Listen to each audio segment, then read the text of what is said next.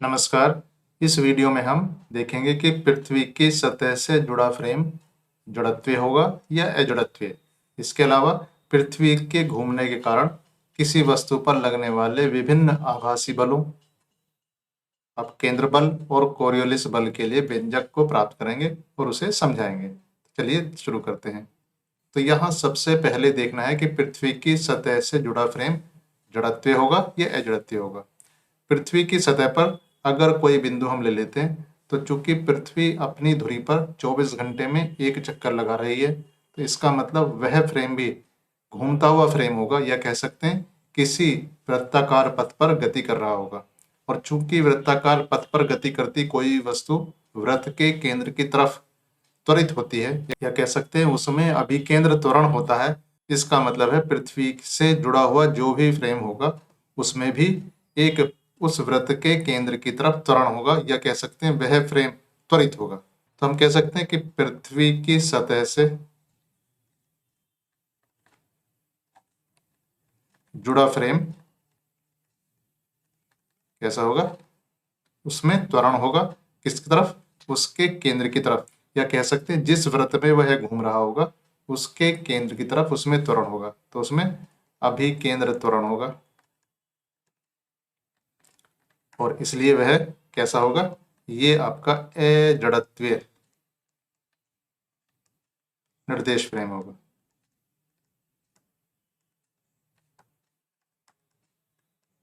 तो ये अजड़त्वीय निर्देश फ्रेम होगा। अब यहाँ देखिए, ये कहते हैं कि पृथ्वी के घूमने के कारण किसी वस्तु पर लगने वाले विभिन्न आभासी बलों, अपकेंद्र बल और कोरियोलिस बल के लिए व्यंजक प्राप्त करना है। अब व्यंजक प्राप्त करने के लिए देखते हैं, इसे इस ढंग से हल करते हैं कि हम दो फ्रेम लेंगे, यानी कि दो निर्देश तंत्र, एक एस और एक एस डैश। एस डैश में जो अक्ष लेंगे वो लेंगे X I, Y I, Z I, और एस डैश में जो लेंगे वो लेंगे X R, Y R, Z R. I का मतलब कह रहे हैं हम कि ये इनर्शियल फ्रेम है, या कह सकते हैं ये जड़त्वीय फ्रेम है। तो ये जड़त्वीय फ्रेम है, जड़त्वीय निर्देश तंत्र। और यहाँ जो एस डैश है, आर का मतलब यहाँ पर रोटेटिंग है, या कह सकते हैं घूमता हुआ, या कह सकते हैं अजड़त्वीय निर्देश फ्रेम है।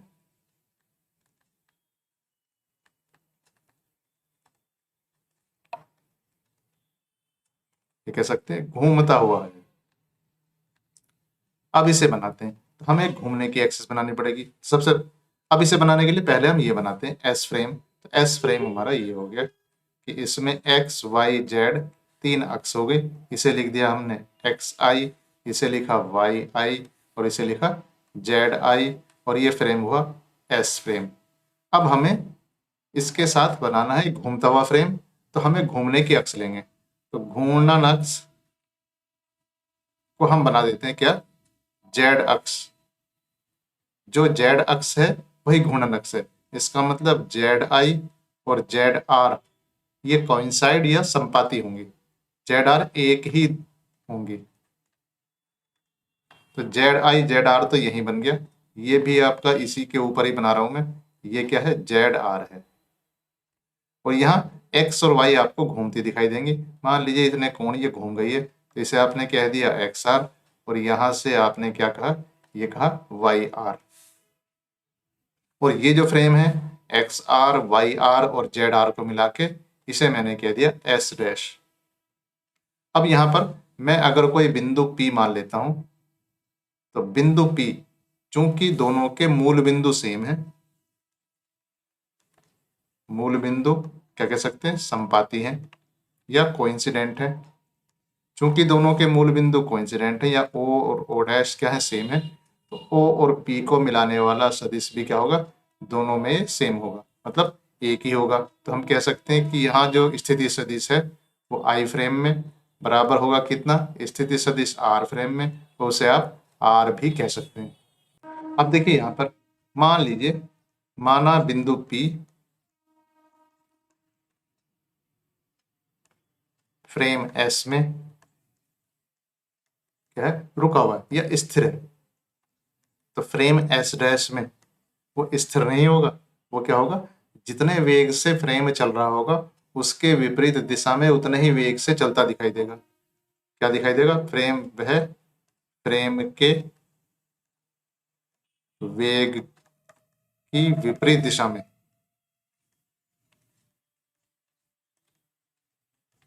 गति करेगा, गति करता दिखाई देगा। जो घूर्णन गति है, तो घूर्णन गति के लिए वेग देखिए, तो घूर्णन गति के लिए v बराबर होता ओमेगा क्रॉस आर।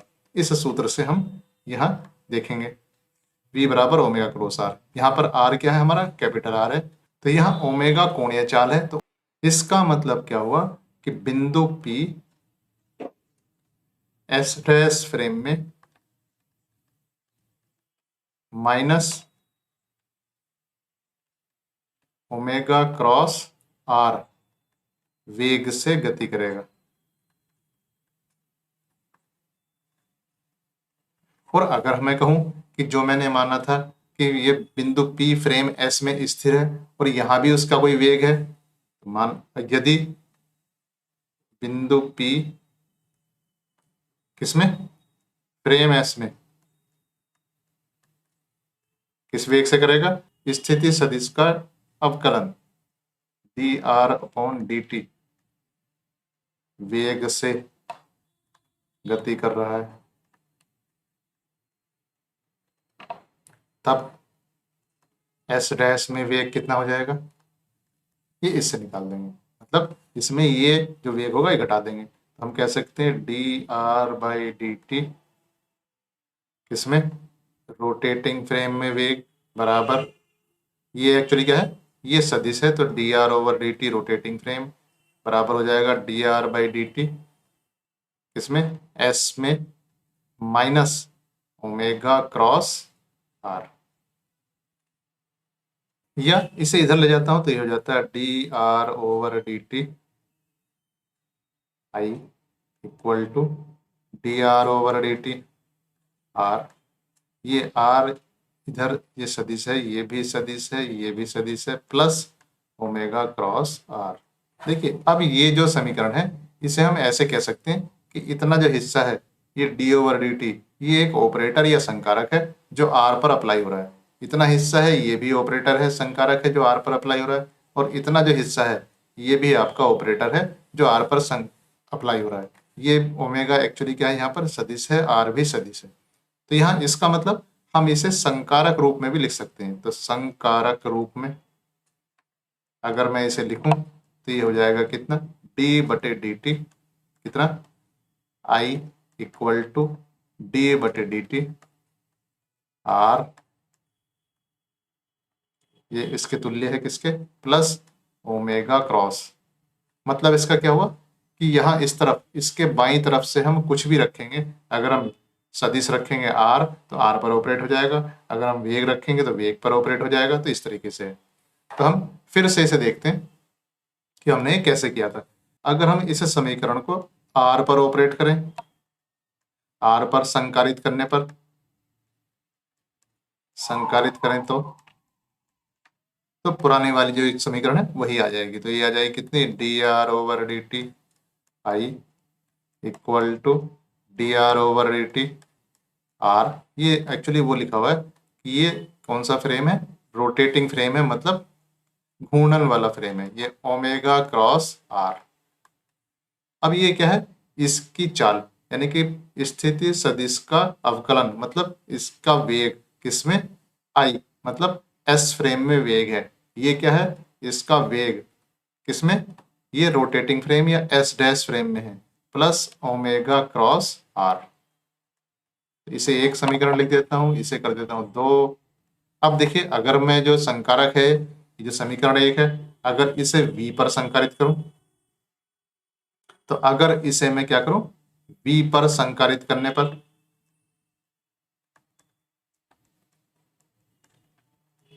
तो अगर मैं जो वेग है जो किसमें, एस फ्रेम में वेग है vi, उस पर संकारित करूंगा या कह सकता हूं ऑपरेट करूंगा, तो ये बन जाएगा क्या, dvi dt, और ये क्या होगा, i equal to D V I D T, ये क्या होगा आर, ये भी आर ही है, plus omega cross V I. ये सब क्या है, ये सदिश हैं, तो इन पर सदिश के निशान लगा देते हैं। तो यहाँ देखिए इसका मतलब क्या हुआ, ये यहाँ भी आई है, यहाँ भी बाहर ही आई है, तो इसे मैं कह सकता हूँ ये हो गया ए आई, मतलब एस फ्रेम में त्वरण। और यहाँ यहाँ वी आई है, यहाँ वी आर है, तो वी आई को वी आर में बदल सकते हैं। किस ढंग से, वी आई को लिख दूंगा मैं डी ओवर डी टी, कितना V R plus omega cross R, और यहाँ इसके बाहर लिख देते हैं आर प्लस ओमेगा क्रॉस, और यहाँ से क्या लिखेंगे, फिर से इसे लिख देंगे V R plus omega cross R. अब यहाँ देखिए कितना आता है,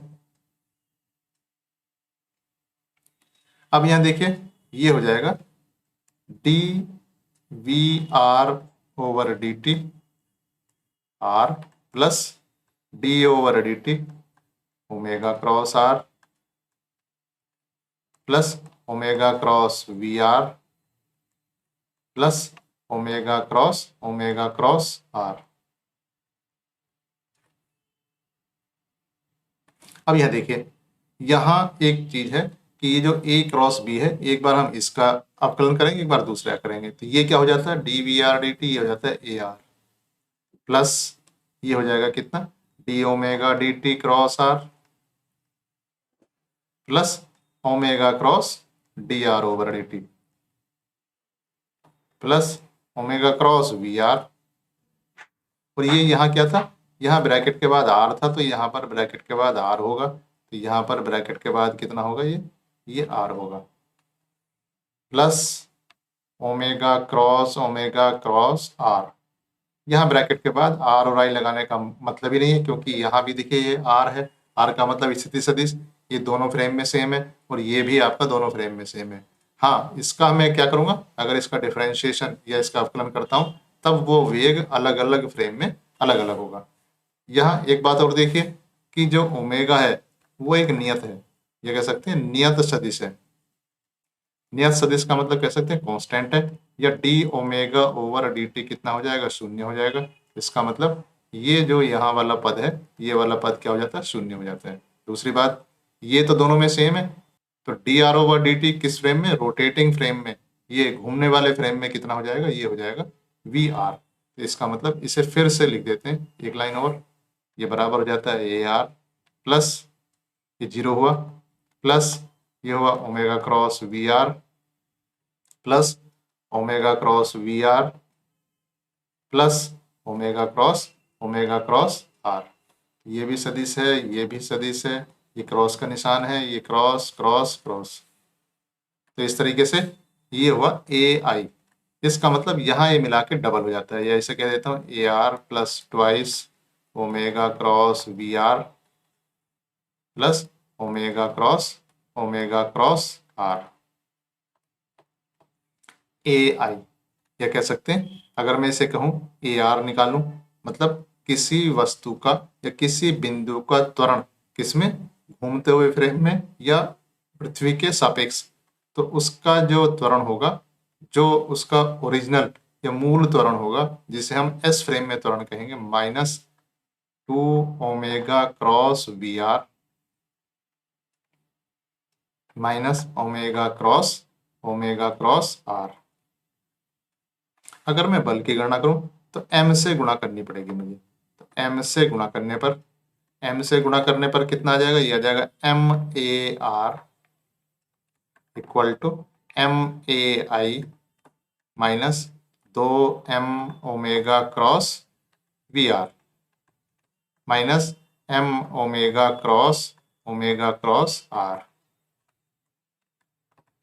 मतलब क्या हुआ कि एफ आर, रोटेटिंग फ्रेम में जो बल लगा हुआ है और जो बल किसमें है, एस फ्रेम में लगा हुआ है, वो दोनों बराबर नहीं होंगे। अगर आपने वहां पर कोई बल का महसूस कर रहे हैं या बल को अप्लाई किया है किसमें, एस फ्रेम में, जो दूसरा फ्रेम है जो रोटेटिंग है, जो एस डैश फ्रेम है, उसमें बल का मान उतना नहीं होगा, बल का मान चेंज हो जाएगा। कितना बल चेंज होगा, ये होगा -2m omega cross V R -m omega cross R. तो ये बल कैसा है? ये बल एक्चुअली छदम बल है, या कह सकते हैं एफ आर तो इक्वल टू हो जाएगा F I plus F zero. मतलब उस बल में आपको कुछ दूसरा बल ऐड करना होगा जो इतना आएगा। तो एफ जीरो का मान कितना है? ये है आपका -2m omega cross V R -m omega cross R. अब इसका मतलब देखिए आप कि उस बल में दो बल हैं, ये नेगेटिव इतना है और ये नेगेटिव इतना है। मतलब इतने को करने के बाद तब आपको रोटेटिंग फ्रेम में बल का मान आएगा। इसमें जो पहला वाला बल है इसे हम कहते हैं कोरियोलिस बल।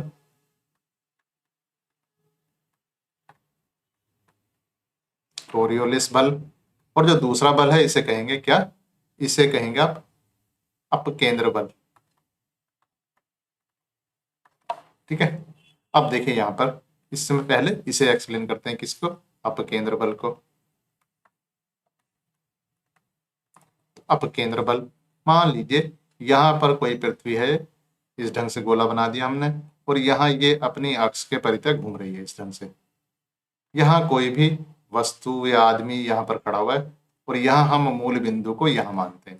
तो हमने जो आर सदिश लिया था वो एक्चुअली ये हो जाएगा, ये आर सदिश हो जाएगा। तो मान लीजिए, माना क्या बिंदु P कितना फाई अक्षांश पर है। अक्षांश ये होता है कि जो भूमध्य रेखा है यहां से जितना कोण ये बनाएगा उतना अक्षांश है। इसका मतलब ये जो दिशा होगी ये ऊर्ध्वाधर दिशा होगी, मतलब ऊपर की तरफ होगी, वर्टिकल होगी। और एक दिशा ये होगी, ये इस वृत्त में घूमेगा, ये इस वृत्त में यहाँ पर ऐसे ये P घूमेगा और इसके रेडियस इतनी होगी और इसके बाहर की जो दिशा होगी एक दिशा ये होगी। एक इसे मान लेते हैं हम बाहर की दिशा, इसे कह देते हैं एक्स अक्ष, या इधर हो जाएगा आपका आई कैप। और एक दिशा ये मान लेते हैं जो घूमने की दिशा है, इसे कह देते हैं जेड अक्ष, ये है। तो घूर्णन अक्ष को तो क्या कह दिया? घूर्णन अक्ष कितना हुआ? जेड अक्ष। और वृत्त की त्रिज्या की दिशा में क्या मानते हैं? एक्स अक्ष मानते हैं, एक्स अक्ष मान लेते हैं। तो इस तरीके से ये होगा। अब यहाँ देखिए, इसका मतलब आर के दो घटक होंगे, एक आई की तरफ एक के की तरफ। तो आर को मैं इस ढंग से घटकों के रूप में लिख सकता हूँ। आर का जो इस तरफ वाला घटक होगा वो ये हो जाएगा R cos phi I cap, plus दूसरा जो घटक होगा वो हो जाएगा आर साइन फाई, और ये के कैप की दिशा में होगा। इसी तरीके से देखेंगे ओमेगा यहाँ पर है, तो ओमेगा इस तरफ है तो ओमेगा का मान हो जाएगा ओमेगा सदिश बराबर ओमेगा, और ये के कैप की दिशा में होगा तो ओमेगा के कैप। अब देखिए यहाँ पर, अब यहाँ पर हम इसमें मान रखेंगे। अब केंद्र बल थे कितना? अब केंद्र बल ये था कितना? ये था -m ओमेगा क्रॉस आर। अब ये है A cross B cross C, तो ये हो जाएगा -km। A cross B cross C का मतलब ए डॉट सी बी, मतलब omega dot R omega, minus A dot B C मतलब omega dot omega into C मतलब आर। इसका मतलब ये हुआ -m तो बाहर रहेगा, -m omega dot R. Omega देखिए ये रहा, ये कैप है इसमें सिर्फ, और आर के साथ डॉट करेंगे तो यही मल्टीप्लाई होगा, यही इसकी गुणा होगी, ये हो जाएगा ओमेगा आर साइन फाइव। ठीक है। इसके बाद ब्रैकेट हो गया, ओमेगा वेक्टर या ओमेगा सदिश ये कितना है? ओमेगा के cap minus omega dot omega का मतलब ओमेगा स्क्वायर, और इसके बाद आर को लिख देंगे सदिश, ये हो जाएगा R cos five I cap plus R sine phi क्या के कैप। इसे खोल देते हैं तो ये हो जाएगा -km। तो यहाँ हो जाएगा omega square R sine five K cap minus omega square R cos five I cap minus omega square R sine five K cap. अब देखिए यहाँ ये omega square R sine five K cap, omega square R sine five K cap, एक positive है एक negative है, तो ये क्या होता है, इससे कैंसिल हो जाता है। तो इससे कैंसिल हो जाएगा, तो ये क्या बचेगा, ये बच्चा M omega square R cos five I cap. अब देखिए यहाँ पर ये जो आर कॉस फाइव है, इसको देखते हैं ये क्या चीज़ है। यहाँ ऊपर देखने पर ये दिखाई देगा आपको कि यहाँ आर के एक घटक है इस तरफ और एक घटक ही है। इसका मतलब ये यहाँ से यहाँ तक, या कह सकते हैं ये यहाँ से यहाँ तक, ये जो यहाँ से यहाँ तक है, ये जिस वृत्त में ये घूम रहा है उस वृत्त की त्रिज्या है। तो इसे मैं मान सकता हूँ क्या कि ये स्मॉल आर है या छोटा आर है। तो छोटा आर कितना हो जाएगा, ये आर कॉस फाइव हो जाएगा, आर कॉस फाइव। इसका मतलब ये हो जाता है M omega square R I cap. और आर क्या है, ये सदिश है इस बिंदु से, इसके वृत्त के मूल बिंदु से वृत्त के केंद्र से यहाँ मिलाने वाला सदिश इस दिशा में आई कैप दिशा में इसके यूनिट वेक्टर या एकांक सदिश से गुणा करूंगा तो ये आर सदिश बन जाएगा। जिसे कह सकता हूं मैं कितना, एम ओमेगा स्क्वायर आर। और यहाँ ये वृत्त है, इस वृत्त में यहाँ से यहाँ तक की दूरी है आर और इधर की दिशा कितनी है, ये आई कैप है। इसका मतलब ये इस दिशा में लगने वाला बल है। तो इसका मतलब यहाँ पर हमें क्या होगा, बाहर की तरफ एक बल महसूस होगा जिसका मान है एम ओमेगा स्क्वायर आर और इसका नाम होगा अपकेंद्र बल।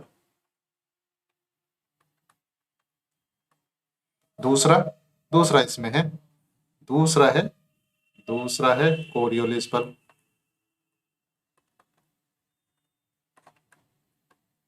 यह है 2m omega cross V are. पीछे देखते हैं कितना था।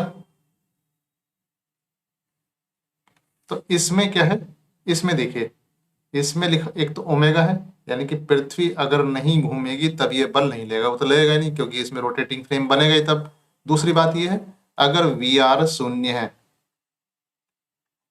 तब ये बल नहीं लगेगा। मतलब कोई वस्तु अगर स्थिर अवस्था में है तो स्थिर वस्तु पर ये बल नहीं लगेगा। मतलब स्थिर अवस्था में वी आर शून्य होने की वजह से नहीं लगेगा। किसमें, रोटेटिंग फ्रेम में कोई वस्तु स्थिर है तो उस पर ये बल नहीं लगेगा। गतिशील होगी तब लगेगा,